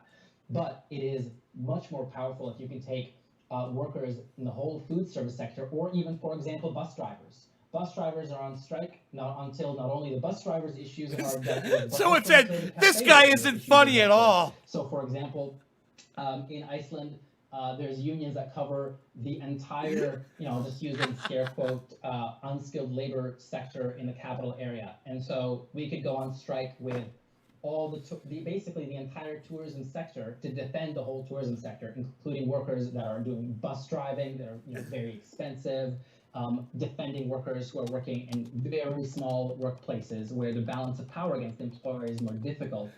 So in essence, we Is need he to even revive speaking this words? idea I of said. collaboration between unions. And on that level, another note is that, asking ourselves the question: how many collective agreements are opening up in 2021? How many workers are going to be in a legal strike position? Why aren't there more dialogues about about creating a revolutionary revolutionary moment? There are some of those dialogues are happening. There are some interesting work happening about it, but this is one of the angles that needs to be revived, and not just from a perspective of trying to reach a collective agreement. A collective agreement is maybe a piece that people want as a piece of their organizing, but we want to create the social structure primarily, where people in different industries as a sector are combined together and can be mobilized together. And He just did a little vocal fry at the end there together. I'm optimistic that workers. He did all that, then he had to do a the vocal United fry States at the workers end don't have, together. We don't have Medicare for all. They don't have. We don't have education paid for at college level. There's lots of things. We have a horrible minimum wage. Do you how does a general strike get organized, and how, and is that something you know about, and is that something you think could happen? Someone's like, this dude's boring as fuck. So the unfortunate answer perhaps is that there aren't any shortcuts to it.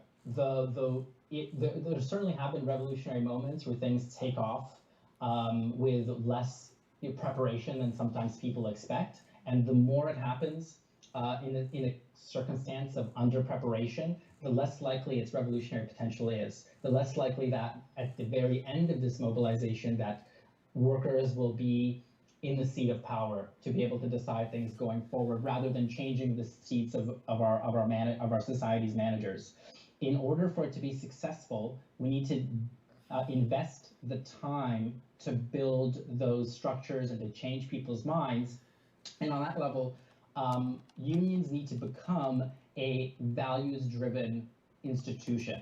Right now, for example, there may be a myriad of things that industrial workers of the world are doing, and there may be a myriad of values, but I would say one of our core values, if not the core value, is two words: organized work. Look down at your shoes, see where you are, look at the Venn diagram between where are you, what is in your capacities, and what is objectively meaningful, like where can we intervene in the economy that will have leverage for, over society to be able to change what we want changed, and act in concert with your coworkers, smartly, collaboratively, with an association and organization, and kind of take that lead. One of the problems, so I think there's a huge potential there. One of the problems is that unions need to see themselves less as kind of managers of that process, and allow that process to organically develop, which if you leave people alone and you give them support, they will develop that. If you give them guidance and you give them support, but not be the manager. If unions use this moment of increased activity to just to use that mobilization to lock people into collective agreements that are going to cover tens or thousands of workers into 10 or 15-year-long collective agreements that are going to essentially take away people's right to act in collective self-defense at the workplace, they're going to squander this opportunity in a historic way. But there is a huge opportunity right now to organize people at the point of production, and let those resources go. Put those resources into the shop floor, and let those people take the lead in thinking about how they want to use them. Okay.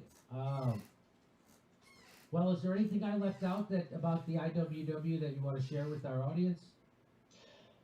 Perhaps I would just say one more thing about the notion of a general strike. One of the things that we saw last year in Iceland, where we had a project of organizing in the tourist sector, is a kind of proof of concept. We were able to. This is also a message for unionized workers.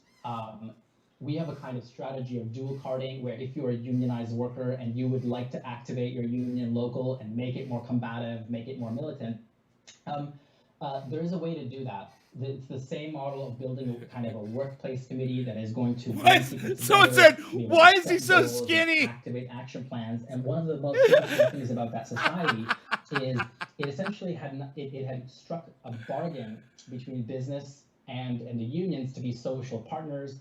There hadn't been a mass strike in 30 years. The union had completely lost its connection between its membership and the union headquarters. The workforce was. Someone just said drugs. In the kind of the chat is so fucking funny, man. Industry oh my god. Origin, and they weren't very well integrated into Icelandic society.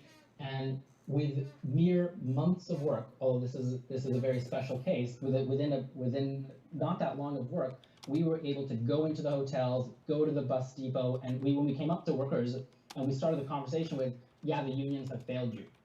And we own that failure. And in the course of that conversation, we were able to create an atmosphere of mobilization that hadn't existed in many decades, and that people thought were in many ways impossible. Okay, 5 gallon bucket base comb over guy next. Kind of workforce, and we were able to generate 5 gallon bucket base comb over guy atmosphere of a general strike. And we were able to essentially shut that city down for quite some time. So how long? So we went on strike for we had a one-day main strike march. He literally has a 5 gallon bucket sitting next to him. March of 2019. I'm just, it's so funny. In that situation, because it's Efling is the second largest union in Iceland. Someone was trying to say he was well off. They're like, he just reeks of privilege. I'm like, he's broadcasting from his futon, and he's got a 5 gallon bucket for a fucking vase next to him. And The thing that made employers most scared in an atmosphere of a general strike, by the way, this is a very important point that we all need to know in North America, they weren't afraid of people leaving their job. They weren't afraid of people staying home and watching Netflix, because that is what a lot of unions do. When they go on strike, a lot of people just go home and watch Netflix, and they collect their strike pay, or they don't get strike pay. But what they were afraid of is when we use IWW tactics to call for. Oh my God! You know who he looks like? He looks like Dexter's brother. He looks like Dexter's brother in Dexter. Oh my God! And maids are not cleaning toilets. People are not wearing their uniform. People are engaged in shop floor demonstrations and actions, and much more. Actually, it took me a long time to convince my union colleagues, but the employers understood it very quickly. They said that it would infect the workforce with a sentiment of disobedience that would be permanent. So they're very afraid of that. And this is something we also need to recover in our labor movement. We need to bring back action, not just politically, but industrially, to the work site. Not off the work site, not picketing away from the work site, on the work site. That is the place of action. Not canvassing for a politician, not doing a demonstration that's away from work, staying at the job, because it'll have a double effect. You not only achieve your concession, but you also infect people with a very positive and healthy attitude of contestation and disobedience that will last. So how come we don't see sit-in strikes anymore? For one thing, sit-in strikes are illegal. So one of the things that people will see at the National Labor Relations Board is it has a list of kinds of strikes that are illegal by method and strikes that are illegal by objective. And one of the types of strikes that is illegal are sit-down strikes. Now that doesn't mean they don't happen. What it means is, just as with unions, when employers break a collective agreement, there's always a cost-benefit analysis that a union undertakes about is this worth our money and how likely are we to win, given the time it will take to win through some court action to correct this thing. Are we going to contest it? Likewise, employers also make a cost-benefit analysis of what will be my expense, at what speed can I do it, and what will be the outcome of contesting a particular action. And one of the said, things we've Rudy, seen is that workers all the Rudy, time why did you try to engage kill in your stepsister, horrific Deb? Actions of self-defense at work. This is happening. The only thing is it's not coordinated. It is not organized. It doesn't feed into itself through its various avenues, and this is one of I'm the really things having that fun with that. needs to come back to doing, and this is one of the things that we are doing. But in essence, we need to revive this concept. Is my pitch? We're all addicted to our screens. And any ideas on how to get us off the screens and into the streets in general? I mean, I think that a lot of people I'm one of those people that believes that people's intellectual, moral, emotional engagement in various issues is something that is innate in everybody, and we need to elicit it. So I don't think we need to approach the population with a sentiment of they're stupid or they need to be taught something. It's about it needs a lot more reading of where people are at and kind of eliciting. One of the problems that we don't appreciate enough is that when there has been an atmosphere of mass mobilization, either in a particular workplace or a whole city or a whole country, and people's interest and investment in social change is kindled, and if it is crushed by violence from the outside, or if it is crushed from the rear by the workers' own organizations, it can have such a disheartening effect. It can have a massively demobilizing effect. So one of the things that we have Bean burritos! Bean burritos! Mass mobilization been defeated by violence from exterior. My man! For example, police forces and the state, either directly with violence or through legal action, which is just a delayed threat of coercion, threat of force, crushed people's initiative when it has sprung up, but also largely our own organizations of civil society, whether they be journalistic, whether they be political, whether they be economic organizations, have from the rear sabotaged a lot of organizing, whether they realize it or not. And a lot of the time they couldn't understand what they're doing, because a lot of the time the economic organizations that we have, as well as political, They want to see mobilization. Many of them want to see mobilization, but they're afraid of it because a consequence of mobilization is people wanting to be involved in decision making. What the business community would tolerate and maybe even like is for unions to be able to go on strike without needing to mobilize their membership. They love that because they can make a deal with one person who is the head of some gigantic bureaucratic union, and the workers are just set on strike or removed from a strike like a joystick from the bureaucrat's office. They're just fine with that. What they're not fine with is when people get mobilized and they become involved in the running of the union themselves, and they set conditions of negotiations, they participate in negotiations, and they're sort of setting the pace of it. So I think if we start with that, in my experience, and you go to work where workers are, you go to points of production, or you go to places where workers congregate outside of the point of production, and you talk to them, and you start with the premise that unions have failed. The union movement has been a gigantic component of the failure that we have seen, and we need to start with that rebuilding of trust and rebuilding a sense of community. He looks just like the fucking Rudy Ice Truck Killer, bro.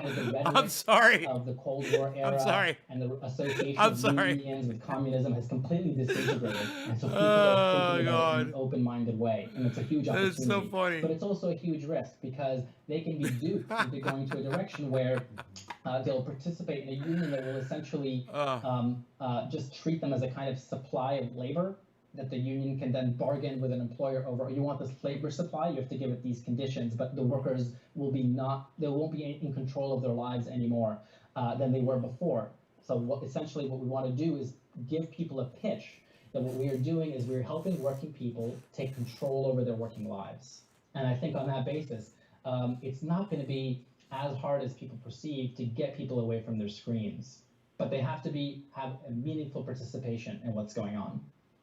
Okay, Maxim Baru of the IWW. He's got no questions. Really appreciate the work you do, and I appreciate you coming on and letting everybody know about it. And if you ever need the help getting God, that guy talks a lot. Let us know. We'd love to help. I didn't hear a word he Thanks said. so much. Yeah, thanks for having me. Okay, we'll talk to you. I didn't hear a We're gonna word he have a said. worker on from the IWW from Portland's Voodoo Donuts on tomorrow with us, so that'll be fantastic. So thanks again, Maxim. We'll see you next time, buddy. See you next time. Bye bye. Okay. All right. So let's take some questions and go from there. So it's I like this union. They seem way more aggressive than regular unions. The IWW. He's gonna take some questions. Don't wait Where's for Steph years at? to go through the NLRB. So just start making demands of your workplace, at your workplace of your employers, and it's fantastic. So. Other countries really seem to be able to organize their workers much better than our country. You know, this bullshit. Read that super chat, Jim. pull Hey, yourself up by your own bootstraps, read that you super know, chat. It's really pervasive. It really, Hey, boop boop. You know, You're gonna read the super it's chat. hard to think outside your culture. Oh, I didn't show any of this. There's their Twitter page, Industrial Workers of the World. They don't follow me. They don't follow me. They Fuck follow them. 1,400 mother effers. Fucking, he's hilarious. Listen, united we stand, divided we fall. Join the union for all workers. Quarter of the hour. Cheers, Bad Blue Jaws. IWW It's does not divide workers now by it's 4:20. industry, Newfoundland. skill Cheers. level, or nationality. We're building one big union. I for the can't keep up with workers. that schedule. Oh, I forgot to show this. Oh, We've been live for a while. I got high a while back. Oh, it's another commercial.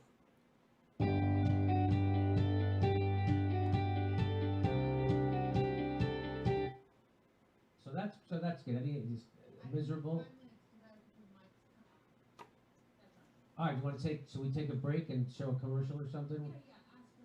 All right, let's take a break and show something if you can, and then, maybe, I don't know, whatever, the video for our splash page, whatever you want. Read my first chat.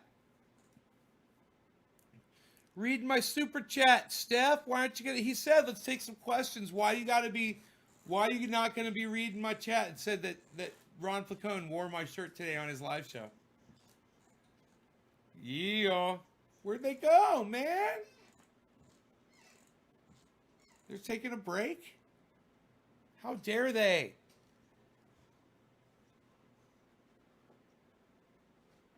Raymond Kaler's like, what the fuck? Everyone's like, what the fuck? What are they do? What are they doing? The whole chat's going crazy right now. I love it. How many people are watching? 4,000 people. He just walks away. You know, how do you walk away from 4,000 people? Does he even realize that? Bro, you've got 4,000 people watching you. You're just going to give them a fucking splash screen and walk away. 4,000! I mean, it's not like one of my shows where... God damn. When will you say yes to me? Tell me quando, you mean happiness to me. Oh my God. So my darling, tell me when. Let me show you one. Let me show.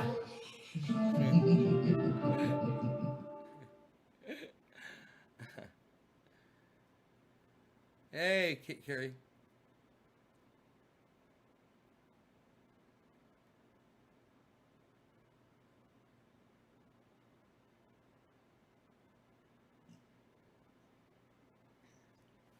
The show is not over. No, the show is not over. What? No, it still says live.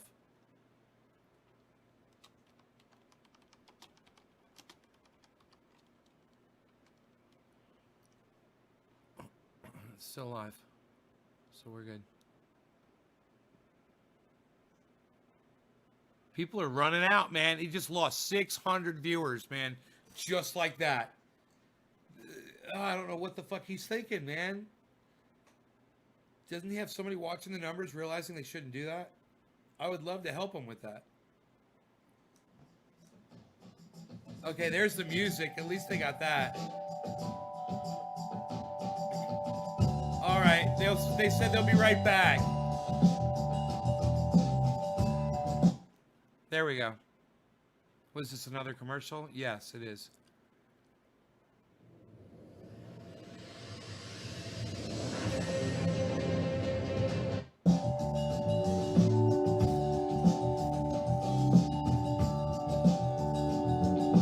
Another ad? Dude, what's with all these ads? That's fucking weird.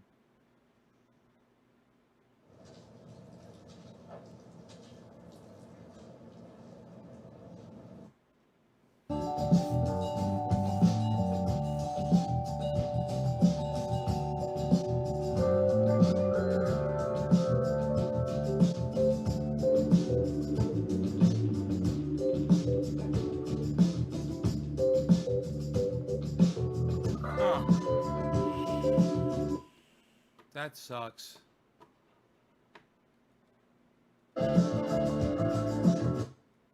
Meh. Meh. All right, you guys go check out Jimmy Dore on YouTube. It's the Jimmy Dore Show over there on YouTube. All right, I'll be over there watching. You guys are watching tomorrow morning, 7 o'clock, for our live interview of Danger Man, the urban superhero. Tomorrow morning, 7 o'clock my time. Sync it up, guys. Right there. All right. Where's my dog? I don't know. I need to find him. Oh, he's right here. Okay. Bye, guys. Here is your 20-second wave brought to you by Ron Placone. Get your news on